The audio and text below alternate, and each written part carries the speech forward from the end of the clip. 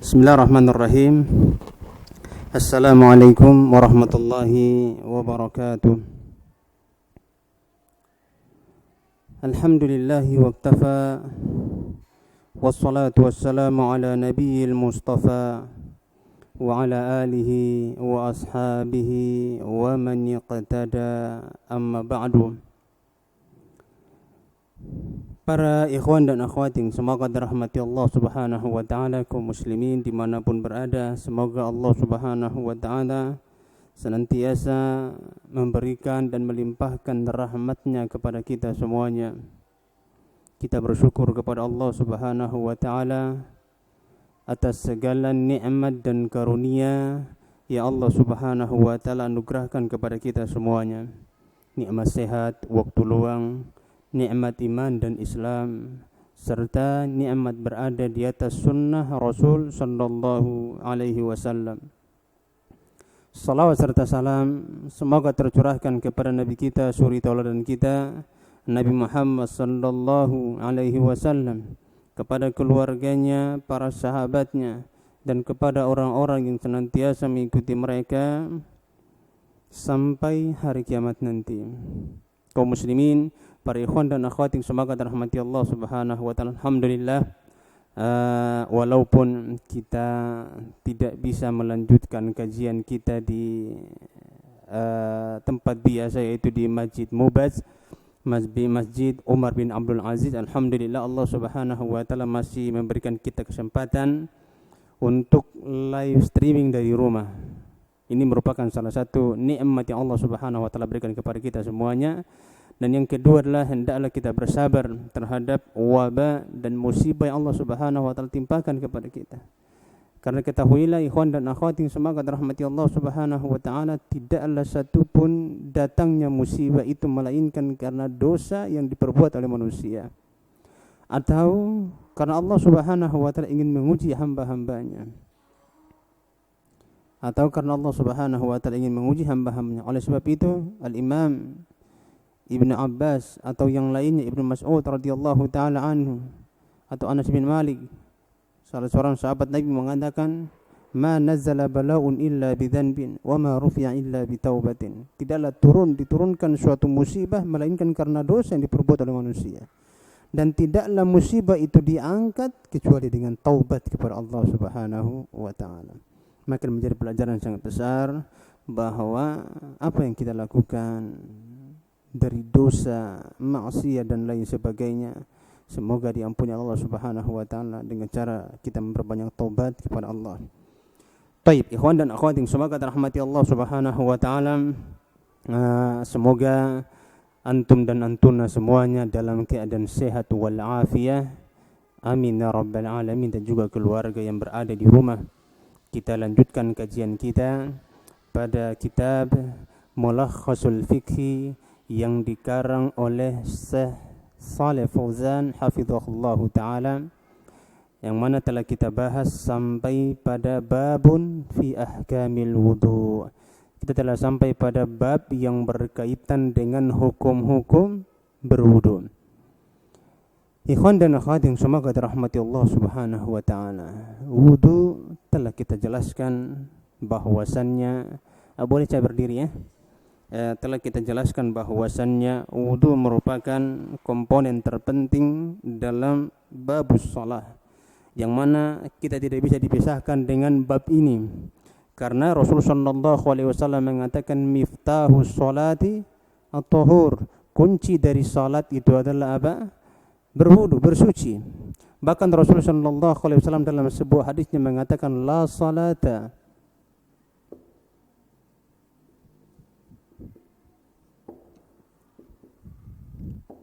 Bahkan Nabi Muhammad sallallahu alaihi wasallam dalam sebuah hadisnya pernah bersabda yang sangat masyhur, la salata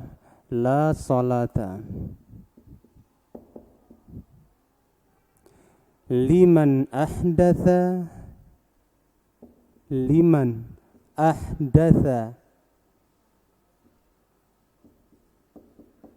hatta yatawadda'a, hatta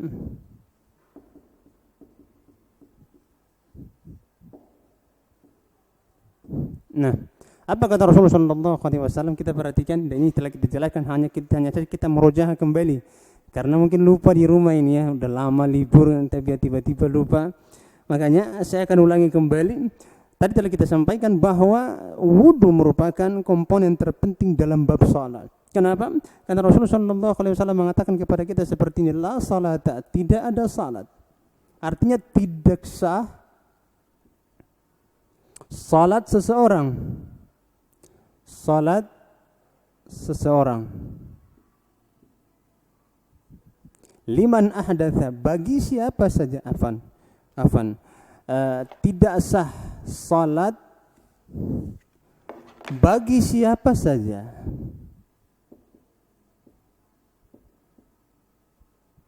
yang berhadas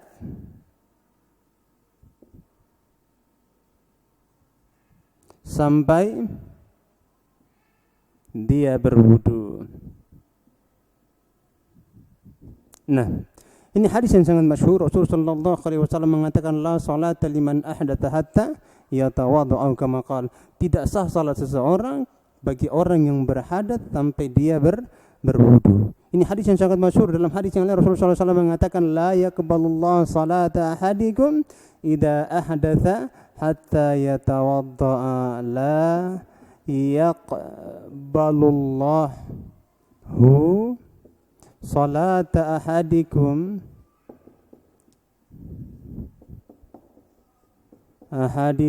idza ahdatha hatta yatawadda.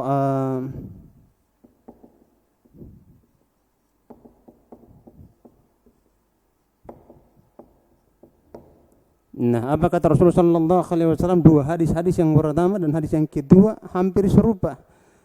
La yaqbalullahu salata ahadikum. Allah Subhanahu wa taala tidak menerima salat salah seorang di antara kalian. Idza ahdatha hatta yatawadda, apabila dia berhadas sampai dia berwudu. Nah, di sini Rasulullah sallallahu alaihi wasallam mengatakan la nafiya lil jinsi. Nah, para ulama kita mengatakan an-nakiratu ba'da an-nafi lil umum. Di sini adalah apa? An-nakiratu ba'da an-nafi lil umum. Nah, nakirah, salat di sini disebut secara nakirah, tidak diketahui salat apa. Berarti sini umum, salat apa saja. Para ulama kita mengatakan la salata nakirah ba'da nafi, setelah kalimat la nafiya lil jinsi, maka itu menunjukkan keumuman. Keumuman. Jadi salat apa saja yang kita lakukan, baik itu salat yang dikatakan dengan salat sunnah ataupun salat wajib atau salat dzata sababin seperti salat istikharah, kemudian salat tahiyat masjid dan lain sebagainya, itu salat taubat yang mana dilakukan karena tidak berwudu, semua salat itu tidak diterima oleh Allah Subhanahu wa taala. Oleh karenanya wudu merupakan satu hal yang harus diperhatikan oleh kita semuanya. Maka bagi ikhwan dan akhwat yang hendak melaksanakan salat, pertama dia perhatikan adalah wudunya terlebih dahulu. Untuk apa? Agar Allah Subhanahu wa taala menerima ibadah dan amalan yang sedang dia lakukan atau yang akan dia lakukan, yaitu apa? As-salatu. Allah Subhanahu wa taala berfirman dalam Al-Qur'an surat Al-Maidah ayat 6. Ya ayyuhalladzina amanu idza qumtum ilas salati faghsilu wujuhakum wa aydiyakum ilal marafiqi wamsahu biru'usikum wa arjulakum ilal ka'bain. Wahai orang-orang yang beriman, apabila kalian hendak melaksanakan salat, apabila kalian hendak berdiri melaksanakan salat, faghsilu wujuhakum. Nah, ini mungkin bisa kita hapus ya. Rasulullah Allah Subhanahu wa taala mengatakan kepada kita dengan 4 perintah. Allah mengatakan, wahai orang yang beriman, apabila kalian hendak melaksanakan salat, yaitu salat apa saja, berarti sini salat secara umum, salat wajib maupun salat sunnah, maka faghsilu wujuhakum, basuhlah wajah, cucilah muka kalian. muka atau wajah kalian. Wajah kalian. Wa aydiyakum ilal marafiqi, dan kedua tangan kalian sampai ke siku-siku. Nah, insyaallah akan kita bahas perbedaan pendapat para ulama mengenai masalah ini. Insyaallah pada babnya akan kita bahas apakah illa di sini maksudnya illa lil istighraq atau illa atau yang lain sebagainya. Kita akan bahas satu persatu pada permasalahan khilafiyah para ulama tentang masalah-masalah ini. Kemudian Allah mengatakan wa aydiyakum ilal marafiqi. Kemudian cucilah kedua tangan kalian. Kedua tangan kalian sampai ke siku-siku. Yang ketiga, wamsahu biru'usikum, basuhlah kepala kalian. Dan kemudian yang ketiga, basuhlah kepala kalian. Basuhlah kepala kalian. Wa arjulakum ilal ka'bain. Kemudian yang keempat, kemudian cucilah kaki kalian, kedua kaki kalian sampai ke mata kaki. Maka ikhwan dan akhwat yang semoga dirahmati Allah Subhanahu wa taala, dalam ayat ini Allah Subhanahu wa taala hanya menyebutkan 4 anggota wudu. Dalam ayat ini Allah Subhanahu wa taala hanya menyebutkan 4 anggota wudu. Yang pertama apa? Yang pertama adalah wajah. Yang kedua tangan sampai ke siku-siku. Yang ketiga adalah basuh kepala kita. Akan kita bahas juga apakah membasuh kepala ini disertai dengan telinga ataukah terpisah dari telinga. Seperti ini misalnya, kita basuh kepala kita langsung ataukah kita basuh kepala kita dulu baru kita ambil air baru dan basuh telinga. Kemudian juga yang selanjutnya akan kita bahas insyaallah, ini adalah ikhtilaf para ulama karena di sana ada huruf ba, bi, di sini bi zaidah atau bi tab'id. Ulama kita berselisih pendapat dalam masalah dengan perselisihan yang wasi', perselisihan yang luas yang akan kita bahas ketika masuk pada pembahasan membasuh kepala-kepala kalian dan lain sebagainya. Kemudian yang selanjutnya ikhwan dan akhwat yang semoga dirahmati Allah Subhanahu wa taala, kita juga akan bahas mengenai batasan atau ukuran berapa banyakkah kepala itu dibasuh. Apakah sepertiga udah cukup, apakah sekepala udah cukup, ataukah harus wajib semuanya kepala. Nah, ini juga perselisihan pendapat para ulama kita. Apa kata Syekh Shalih Fauzan hafizahullah taala ketika tatkala selesai menyebutkan babnya, beliau mengatakan hadhil ayatul karimatu aujabatil wudu'a lis-salati. Ayat yang mulia ini mewajibkan kita untuk berwudu setiap kali hendak melaksanakan salat. Kenapa? Karena di sini al-amru, perintah. Allah perintahkan kepada kita dan kita telah jelaskan bahwasannya al-amru lil wujub. Allah mengatakan faghsilu wujuhakum.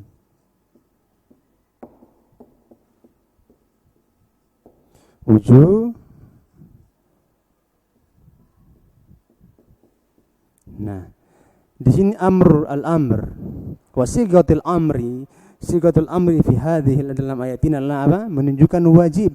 Maka kita harus wajib wudu. Apalagi ditekankan sama Nabi Muhammad sallallahu alaihi wasallam bahwa tidak ada salat atau Allah tidak menerima salat seseorang di antara kalian idza ahdatsa hatta yatawadda. Ayat ini menekankan kepada kita bahwasannya wajibnya berwudu setiap kali hendak melaksanakan salat pada setiap keadaan apa saja. Kecuali ingat, kita tidak berwudu apabila ada 2 keadaan. Keadaan yang pertama apa? Keadaan yang pertama adalah inda faqdil ma, ketika tidak ada air. Nah, 1, ketika tidak ada air. Nah, yang kedua, keadaan yang kedua kita tidak menggunakan air adalah al-ajzu an isti'malil ma', tidak mampu menggunakan air. Nah, ini juga yang selanjutnya, yaitu tidak mampu menggunakan tidak mampu menggunakan air. Nah, ketika tidak ada air, misalnya kita di padang pasir, jalan kemana-mana cari air nggak dapat, maka pada kondisi seperti ini kita diperbolehkan untuk tayamum. Dan tata cara tayamum telah kita jelaskan, ya sebagaimana kita telah jelaskan di Mubad beberapa pekan yang lalu. Tata cara tayamum sangat ringan dan lain sebagainya, tidak perlu kita ulangi lagi. Saya harap antum dan antuna semua sudah tahu. Yang kedua adalah ada air tapi tidak mampu menggunakan air tersebut. Kenapa? Bisa jadi karena terlalu dingin yang sangat luar biasa, atau karena sakit, atau karena kulit kita berpenyakit, yang mana kata dokter kulitmu ini nggak boleh kena air. Nah, pada saat kondisi seperti ini namanya darurat. Darurat. Dalam kaidah fikih para ulama kita mengatakan ad-daruratu tubihul mahdurat. Kondisi genting itu membolehkan keadaan apa? Keadaan yang diharamkan. Oleh sebab itu kita boleh menggunakan selain air dalam berwudu apabila ada dua kondisi. Yang pertama, inda faqdil ma, ketika tidak ada air, dan yang kedua adalah apa? Yang kedua adalah ketika tidak mampu menggunakan air. Ikhwan dan akhwat yang semoga dirahmati Allah Subhanahu wa taala. Kemudian beliau mengatakan wa bayyanatil a'dha' allati yajibu ghusluha aw mashuha fil wudu'. Dan Allah Subhanahu wa taala menjelaskan kepada kita a'dha itu anggota badan yang wajib kita basuh. Dan wajib kita cuci. Wa haddadal mawaqi'al wudu'a minha, dan memberikan batasan-batasan.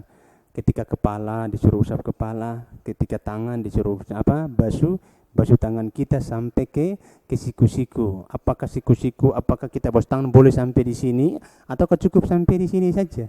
Karena semua anggota badan kita, sebagaimana telah kita jelaskan, bahwasanya semua anggota badan kita yang terkena air wudu, seorang muslim tatkala dia berwudu, ini akan menjadi cahaya pada hari kiamat nanti. Jadi anggota wudunya itu bercahaya. Sehingga makanya Abu Hurairah radhiyallahu taala anhu balagha fi dzalika. Beliau bersungguh-sungguh dalam melakukan hal tersebut. Makanya diriwayatkan dalam sebuah riwayat bahwa Abu Hurairah radhiyallahu taala anhu tatkala berwudu beliau sampai di sini. Sampai ke mau mendekati ketiak beliau. Ya, tidak sampai di sini saja, tapi lah sampai di atas, dan akan kita bahas ketika permasalahan yang akan kita sampaikan insyaallah taala. Thumma bayyana an-nabi sallallahu alaihi wasallam sifatal wudu'a bi qawlihi wa bi fi'lihi bayanan kafiya. Kemudian Nabi Muhammad sallallahu alaihi wasallam menjelaskan tata cara wudu dengan ucapannya dan juga dengan perbuatannya dengan penjelasan yang sangat gamblang. Nah, dalam ayat ini Allah Subhanahu wa taala hanya menyebutkan kepada kita 4 anggota badan yang wajib kita basuh. Yaitu yang pertama apa? Wajah. Yang kedua kepala. Yang ketiga kedua tangan kita. Yang keempat adalah kedua kaki kita sampai ke mata kaki. Yang menjadi pertanyaannya adalah apakah selain dari 4 yang disebutkan dalam ayat tersebut juga wajib, ataukah sebatas sunnah, ataukah sunnah muakkadah? InsyaAllah akan kita bahas satu persatu pada pembahasan yang selanjutnya ketika membahas masalah masul wajhi, madmadu, mencuci tangan dan lain sebagainya. Maka ikhwan dan akhwat yang semoga dirahmati Allah Subhanahu wa taala, beliau mengatakan, kemudian Syekh Shalih mengatakan fasyurutu wal furudu la budda minha hasbal imkan. Maka syarat dan juga furud, wajib-wajibnya wudu, tidak dia harus la budda minha, harus terpenuhi ketika semaksimal mungkin.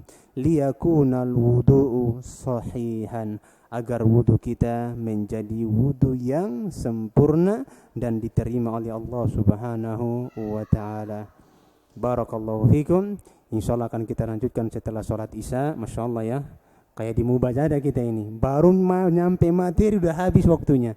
Nah, insyaallah kita lanjutkan setelah kita salat Isya. Setelah itu kita lanjutkan materinya Mudah-mudahan insyaallah nanti kita kajian sampai subuh ya. Kita beberapa menit kemudian baru kita jeda dulu, insyaallah kita lanjut setelah Isya. Barakallahu fikum. Wassallallahu ta'ala alam bisawab. Subhanakallahumma bihamdika asyhadu an la ilaha illa anta astaghfiruka wa atubu ilaik. Wassalamualaikum warahmatullahi wabarakatuh. Bismillah.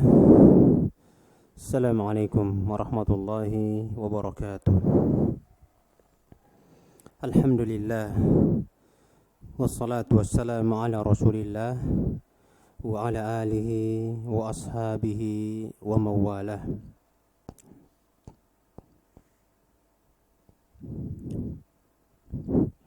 Kita lanjutkan kajian kita.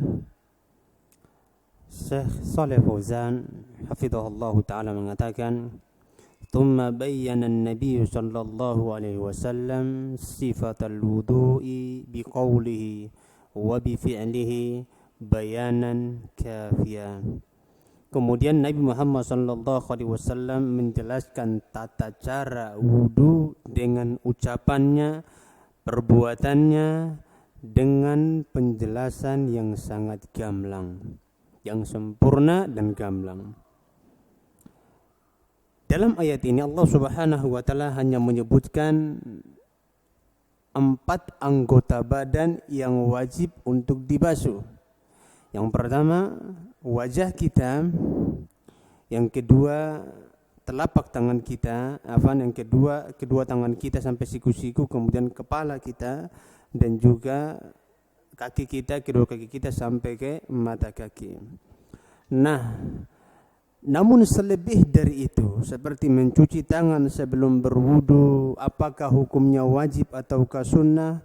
Terutama mencuci tangan apabila hendak atau baru bangun tidur malam, atau baru bangun dari tidur, karena Rasulullah sallallahu alaihi wasallam mengatakan, "Idza stayqadha ahadukum min naumihi fala yaghmis yadahu fi ina'in hatta yaghsilhu 3 marrat." Apabila salah seorang di antara kalian bangun dari tidurnya, maka hendaklah jangan dia mencelupkan tangannya ke dalam bejana sampai dia mencucinya 3 kali. Ini kadang kita bahas apakah ini wajib ataukah hanya sebatas sunnah ataukah hanya sebatas anjuran saja. Kemudian dari 4 ini Rasulullah SAW menjelaskannya, misalnya seperti madmadah dan istinsyaq, apakah itu wajib ataukah sunnah, dan juga sifat-sifat tambahan wudhu yang ditambah oleh Nabi kita Muhammad SAW sebagai pelengkap dari ayat Allah Subhanahu wa taala, karena kita tahu ayat Al-Qur'an itu ditafsirkan dengan sunnah Nabi kita Muhammad sallallahu alaihi wasallam. Ikhwan dan akhwat yang semoga dirahmati Allah Subhanahu wa taala. Kemudian beliau mengatakan, "I'lam ayyuhal muslim," ketahuilah wahai kaum muslimin, "anna lil wudu'a syurutan wa furudan wa sunana." Sesungguhnya wudu itu terdiri dari, pertama, syurut, syarat-syaratnya, furudnya, wudunya terdiri dari apa saja, wa sunana, dan sunnah-sunnah wudu. Nah, syurut, furud, dan sunnah-sunnah akan kita sebutkan satu persatu secara terperinci. Nah, syurut, tatkala kita membahas ini, kita mengulangi kembali, ikhwan dan akhwat yang semoga dirahmati Allah Subhanahu wa taala. Pertemuan lalu telah kita sampaikan hal yang berkaitan dengan syurutul as-sihah wa syurutul qabul. Pertemuan lalu telah kita jelaskan 2 masalah, yaitu syurutus sihah,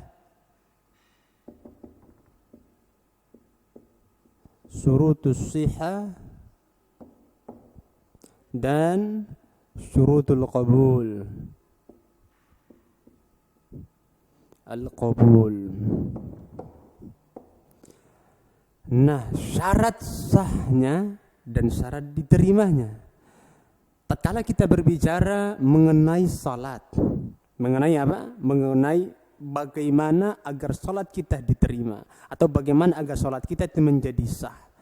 Para ulama ahli fikih itu kebanyakan membahas syurutus sihah, syarat sahnya salat saja. Adapun syurutul qabul ini berkaitan dengan masalah akidah. Karena syurutus sihah itu banyak, akan kita sebutkan satu persatu. Ini banyak, ada sekitar berapa. Sementara syurutul qabul hanya 2. Hanya dua, yaitu al-ikhlas wal ittiba al-ittiba. Nah, ikhlas dalam beramal dan juga sesuai dengan metode Rasul sallallahu alaihi wasallam. Kemudian yang kedua, syurutus sihah itu bisa dinilai oleh manusia. Bisa dinilai oleh manusia. Adapun syurutul qabul ini adalah haknya Allah Subhanahu wa taala semata atau tunggal. Ini hak Allah Subhanahu wa taala. Karena kalau ada para ulama kita ketika ditanya, "Syekh, ketika saya sholat sudah berwudu seperti ini, apakah wudu saya? Apakah sholat saya sah?" Maka para ulama kita mengatakan, kalau engkau telah melakukan hal tersebut, maka sholatmu sah. Tapi ketika ditanya apakah sholat saya diterima, maka mereka akan mengatakan, "Wallahu ta'ala alam bishawab." Kenapa? Karena syurutul qabul atau diterimanya amal itu hak Allah Subhanahu wa taala. Apabila terpenuhi dua ini, maka amalan tersebut diterima. Tapi ingat, keikhlasan itu maudhi'ul qalb, tempatnya di hati yang kita tidak ketahui. Kemudian selanjutnya ikhwan dan akhwat yang semoga dirahmati Allah Subhanahu wa taala, Asy-Syaikh Shalih Fauzan hafizahullah taala kemudian mulai menyebutkan tentang syurut al-wudu satu persatu.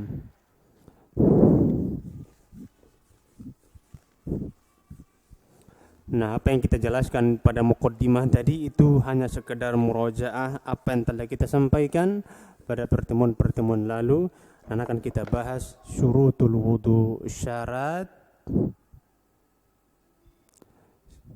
syarat-syarat sahnya wudu. Nah, tatkala kita hendak berwudu, kita harus tahu terlebih dahulu apa syarat sahnya wudu tersebut. Nah, tujuannya apa? Tujuannya agar agam atau wudu kita menjadi wudu yang sempurna. Tujuannya adalah agar wudu kita menjadi wudu yang sempurna, yang diterima oleh Allah Subhanahu wa taala, yang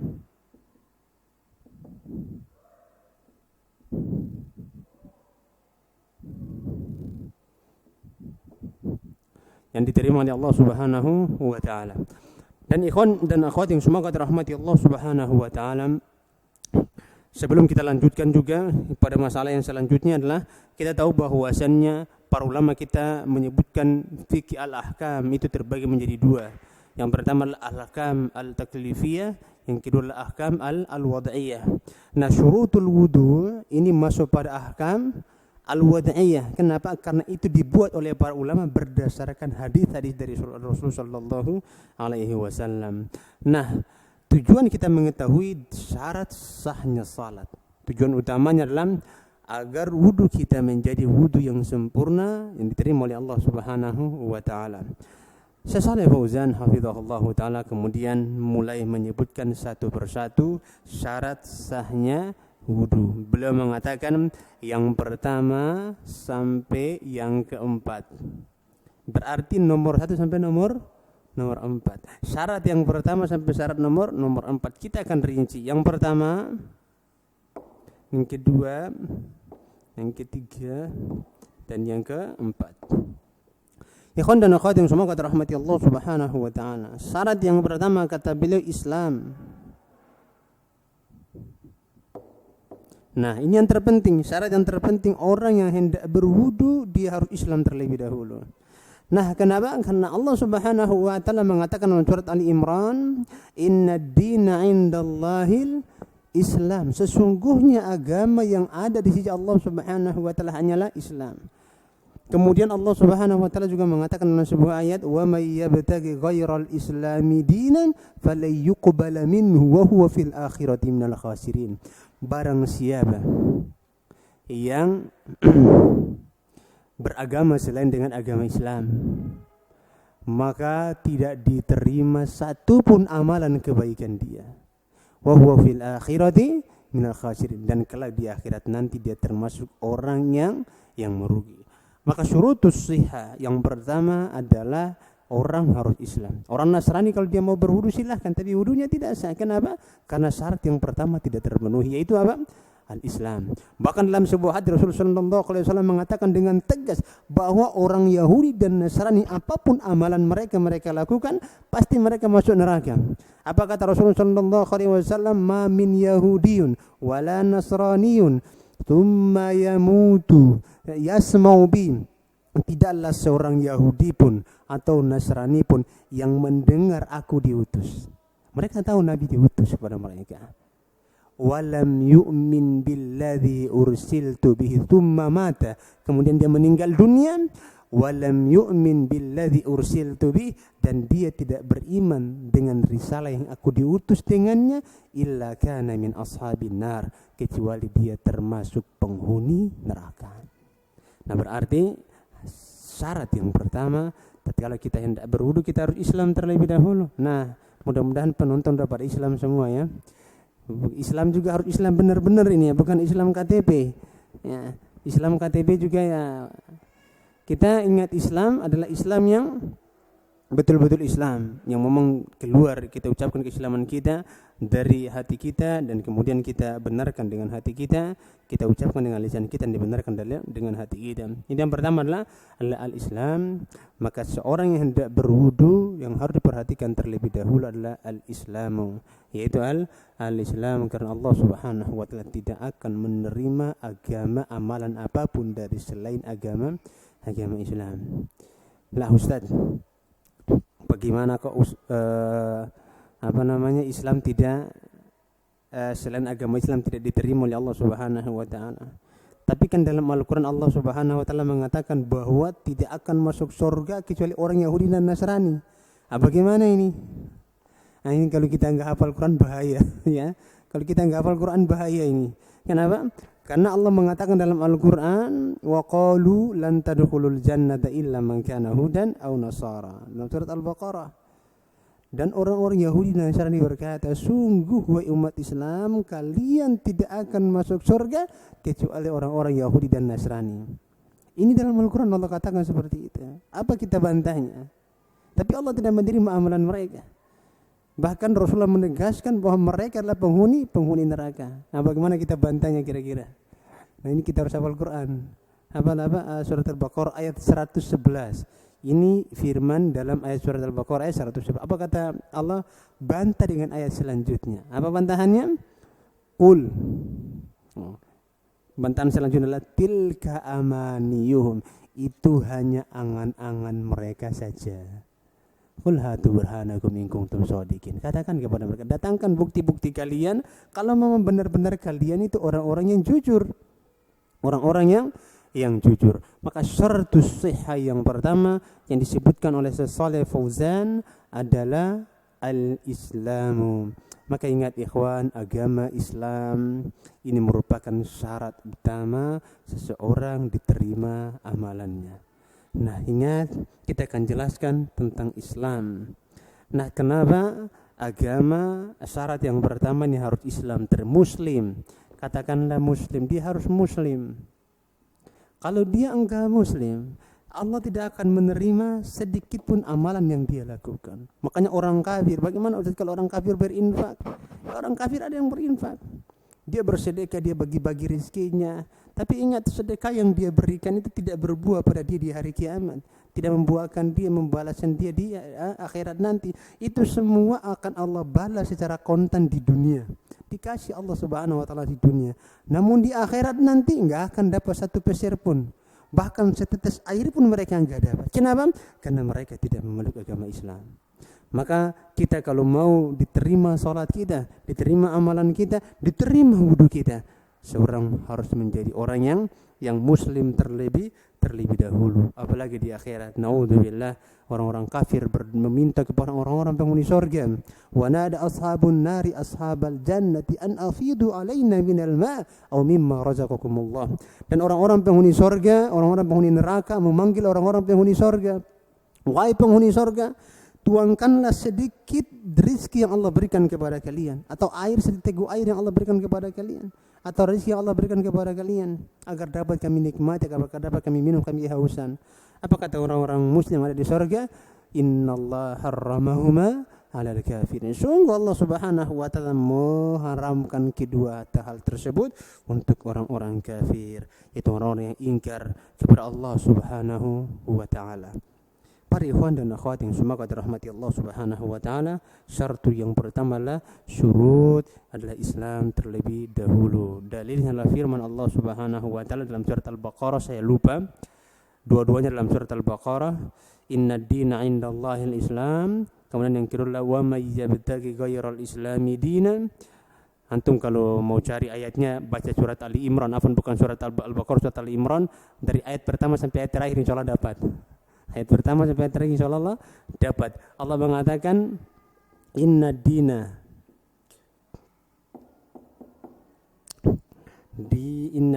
indallahi al-Islam. Nah, yang kedua, wa may yabtaghi ghairal islami dina, wa may yabtaghi ghairal Islam dinan falan yuqbala minhu wa huwa fil akhirati minal khasirin.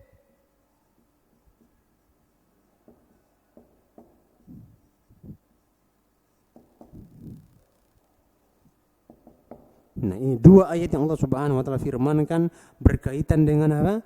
Dengan syarat yang pertama. Allah mengatakan inna ad-dina 'indallahil Islam. Sesungguhnya agama yang ada di sisi Allah Subhanahu wa taala hanya agama Islam. Yahudi, Nasrani telah dihapus oleh Islam. Maka orang yang mau berwudu, maka syarat pertama dia harus apa? Islam terlebih dahulu. Dalam ayat yang lain Allah mengatakan wa may yabtaghi ghairal islami dinan fala yuqbala minhu wa huwa fil akhirati minal khasirin. Barang siapa yang mencari agama selain agama Islam, wa fala yuqbala minhu, maka tidak akan diterima amalannya sedikit pun, wa huwa fil akhirati minal khasirin, dan kelak di akhirat nanti dia termasuk orang yang merugi. Khasira fid dunya wal akhirah, merugi dunia dan akhirat. Juga sabda Nabi Muhammad SAW telah kita bacakan tadi, itu merupakan bukti bahwa syarat yang pertama seorang harus menjadi muslim untuk diterima amalan wuduhnya, dan agar wuduhnya menjadi sah dan diterima oleh Allah Subhanahu wa taala. Yang kedua, syarat yang kedua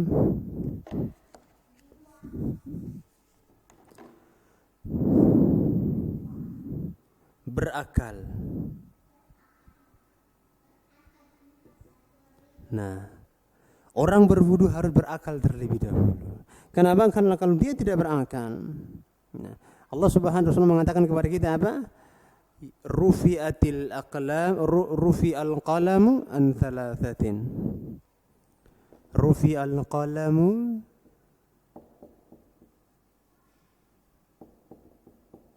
an thalathatin. Anin naim hatta yastayqid.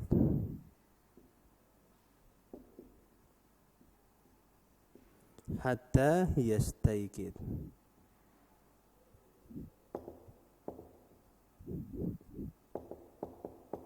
Yastayqid.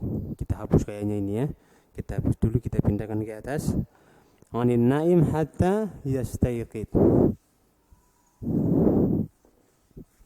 Yang kedua,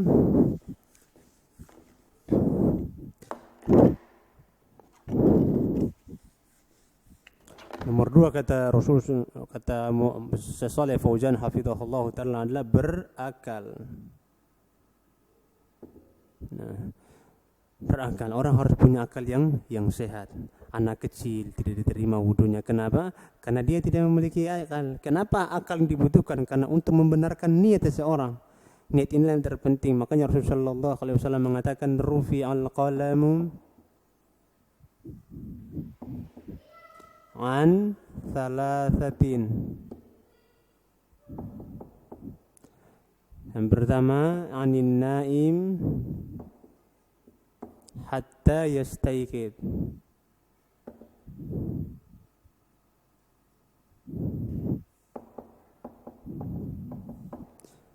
Yang kedua, anis sabi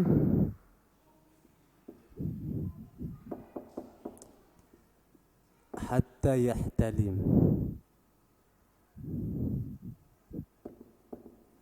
Ini yang ketiga, anil maljuni wa anil majnuni hatta yafiq.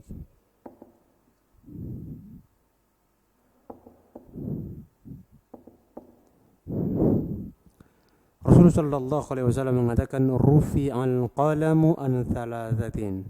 Yang pertama adalah pena itu diangkat dari 3 orang. Artinya apa? Ketiga orang ini kalau dia melakukan amalan atau dia melakukan dosa tidak dianggap sebagai dosa. Tidak dianggap sebagai dosa. Siapa yang pertama? Anin naimi hatta yastayqid. Dari orang yang tidur sampai dia terbangun. Orang tidur mimpi bangun langsung berwudu. Nah, kita ngelindur, ada orang ngelindur bangun dia langsung ke kamar mandi wudu dia. Mau sholat baru sadar. Ternyata saya nggak sadar. Nah ini orang nggak sah wudunya. Kenapa? Karena dia wudu dalam keadaan tidur. Rasulullah SAW mengatakan sini hatta lintihail goya, sampai dia betul-betul bangun. Kalau masih setengah sadar itu tidak disebut dengan bangun. Ya, sampai dia betul-betul apa? Bangun baru diterima wudunya. Dan bangun naim itu hilang akalnya. Hilang akalnya. Makanya Rasulullah SAW mengatakan tidak diterima apa? Ibadahnya. Tidak diterima, diangkat darinya catatan pena itu, tidak apa yang dilakukan tidak dicatat sebagai amalan kebaikan. Orang tidur misalnya buka kantongnya sedekah sama kita. Tidak dianggap sebagai sedekah. Dan jangan kita ngambil. Kesempatan dalam kesempitan pula kita ngambil duitnya diandi sedekah ini kayaknya enggak boleh karena dia enggak sadar. Dan dia bersedekah seperti ini tidak diterima amalannya. Kenapa? Karena dia bersedekah dalam keadaan tidur. Yang kedua, anisobi hatta yahtan, anak kecil sampai dia balik. Nah, kenapa anak kecil tidak diterima, tidak sah, tidak diterima wudunya atau dia sebagai syarat sahnya wudu? Maka namanya sobi itu biasa di bawah 7 tahun itu masih sobi. Sobi itu karena dia belum bisa membedakan mana yang baik, mana yang buruk. Dia masih jalan-jalan ke sana kemari, main-main dia. Keluar rumah pun terkadang masih telanjang, belum punya malu, dan itu makanya disebut dengan sobiyun. Dia kalau berwudu itu tidak terpenuhi syarat yang pertama. Anisobi hatta yahtalim. Namun ingat, ini yang kedua, orang yang tidak berakal yang kedua ini harus diajari. Dari kecil kita harus ngajar dia. Makanya sebagai orang tua dia harus ajarin anaknya bagaimana agar tata cara berwudu yang benar. Ya kalau seandainya nggak bisa setiap hari, seminggu sekali nggak apa-apa. Ketika kita bawa anak kita ke masjid, kita ajar dia berwudu. Tapi ketika duduk di shaf, kita dudukkan dia paling belakang. Jangan sampai dia berdiri samping kita. Karena kalau anak kecil dia, sini orang dewasa misalnya, ini orang dewasa. Kalau di sini anak kecil, sobi, di sini orang dewasa. Nah, ini shaf kita diwajibkan untuk rapat. Ketika ada anak kecil di sisi kita, maka ini shaf terputus. Kita berdosa. Kita baru jadi tidak diperbolehkan. Oleh sebab itu anak kecil apabila kita bawa, imma kita letakkan dia di depan kita agar dia memperhatikan sholat orang tuanya, atau kita letakkan dia di barisan belakang bersama anak-anak yang lain, anak-anak seusia dia. Namun ingat, dalam masalah tata cara wudu kita disuruh mengajarkan anak tersebut dari sejak kecil agar dia bisa untuk berwudu. Maka sebagai orang tua, terutama bapak dan ibu yang ada di rumah, mengajarkan anaknya bagaimana cara berwudu yang benar. Dan ketika orang tua mengajari anaknya berwudu, yang dapat pahala bapak apa ibu atau anaknya nggak dapat pahala, tapi orang tua yang dapat pahala. Kenapa? Karena dia telah berusaha semaksimal mungkin untuk mengajari anaknya. Ya, hal jazaul ihsani illa al ihsan. Dan anak kita merupakan tabungan yang paling bermanfaat bagi kedua orang tuanya. Karena seluruh amalan kita akan terputus kalau kita mati. Kecuali anak-anak yang soleh yang senantiasa mendoakan kedua orang tuanya. Dan kita tahu bahwa doa terbagi menjadi dua. Doa terbagi menjadi dua. Yang pertama, doa ibadah. Yang kedua, doa masalah. doa yang berkaitan dengan ibadah seperti sholat, zakat. Nah, apabila dilakukan doa ini oleh anak kita, yang kita ajarkan dari kecil tata cara berwudu yang benar, tata sholat yang benar, sehingga dia menjadi anak yang besar, tumbuh menjadi anak yang soleh, maka seakan-akan dia melakukan doa ibadah seperti sholat, zakat, puasa, haji. Sepanjang dia melakukan amalan ini, apa kata Rasulullah SAW? Idza matal insanu inqata amal. Apabila anak Adam itu meninggal, terputus seluruh amalannya illa min thalathatin, kecuali 3. Di antara 3 adalah apa kata Rasulullah SAW? Awaladun salih yad'ulah, atau kedua atau anak yang saleh yang mendoakan orang tuanya. Yad'ulahu. Nah, sini doa terbagi 2. Doa ibadah, para ulama kita mengatakan doa ibadah seperti salat, zakat, puasa, baca Quran, berzikir, kemudian juga membantu orang, itu doa ibadah. Maka selama anak kita melakukan ibadah ini, orang tua otomatis mendapatkan pahala. Dan doa masalah, dia memohonkan ampun untuk kedua orang tuanya, meminta ampun agar Allah memasukkan kedua orang tuanya ke dalam surga. Dia mohon ampun kepada Allah agar Allah mengampuni dosa-dosa orang tuanya. Dia mohon ampun kepada Allah, meminta kepada Allah agar Allah mengangkat ke derajat kedua orang tuanya. Semua itu disebut dengan apa? Doa. Maka orang tua punya kewajiban di sini agar mengajari anaknya atau tuntutan untuk kepada perkara-perkara agama dan lain sebagainya. Tapi kalau yang belum nikah, ya cepat-cepat nikah agar punya anak, ya, agar punya anak. Dan yang ketiga adalah anil majnuni hatta yafiqa, orang yang gila sampai dia sadar. Nah, 3 orang ini disebut dengan, pada poin yang kedua tadi apa? Berarti lawan dari berakal adalah tidak berakal. Tidak berakal. Berarti orang yang tidak berakal wudunya tidak sah. Nah, syarat yang kedua kata beliau al-aqilu, harus berakal. Kalau enggak berakal, ibadah yang dilakukan tidak diterima oleh Allah Subhanahu wa taala. Wallahu taala alam bisawab. Kita lanjutkan apa? Kita cukupan sampai di sini, jamaah. Aduh, enggak bisa jawab ini ya, jauh kita. Kemudian ya, udah jam berapa ini? Udah mau, ada tanya jawab ini? Kalau ada yang bertanya kita jawab ya. Iya, berakal. Maka orang yang berakal, syarat yang kedua harus berakal. Berakal. Dan insya Allah kita akan buka tanya jawab bagi antum dan antun yang mau bertanya. Kita persilahkan untuk ditanya tanya jawab yang berkaitan dengan masalah fikih. Silahkan ditanyakan dengan pertanyaan yang kalau kami bisa untuk menjawab, kami akan jawab. Insya Allah nanti diberikan oleh Akhi Bayu ke kita, baru kita akan jawab satu persatu. Maka ikhwan dan akhwat yang semoga dirahmati Allah Subhanahu wa taala, al-aqilu atau berakal, seorang yang hendak berwudu dia harus berakal terlebih dahulu. Atau dia merupakan salah satu syarat sahnya wudu. Salah satu syarat sahnya wudu yaitu al-aqilu.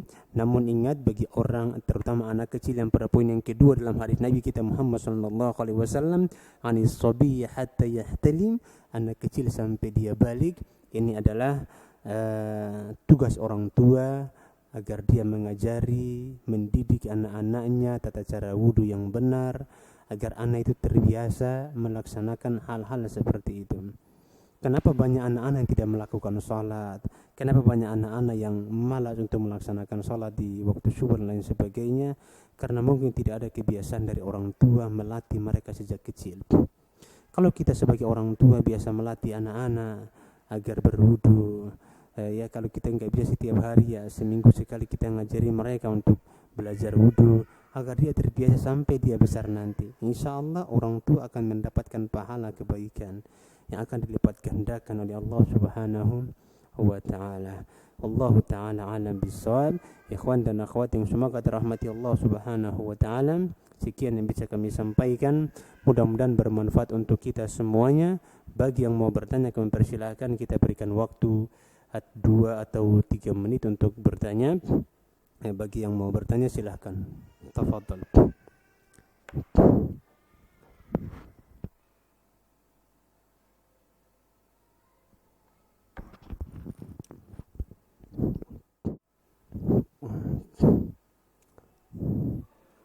Gak ada yang bertanya ya? Ya udah, kalau tidak ada yang bertanya, kita tutup doa kafaratul majelis. Berarti alhamdulillah paham semua ini ya. Karena ini kita baru meroja ini. Insyaallah besok kita masuk pada pembahasan baru kita. Karena al-Islamu wal aqlu sudah kita bahas pada pertemuan lalu. Barakallahu fikum. Insyaallah kita lanjutkan pertemuan akan datang. Subhanakallahumma bihamdika asyhadu an la ilaha illa anta astaghfiruka wa atubu ilaik. Wassalamualaikum warahmatullahi wabarakatuh.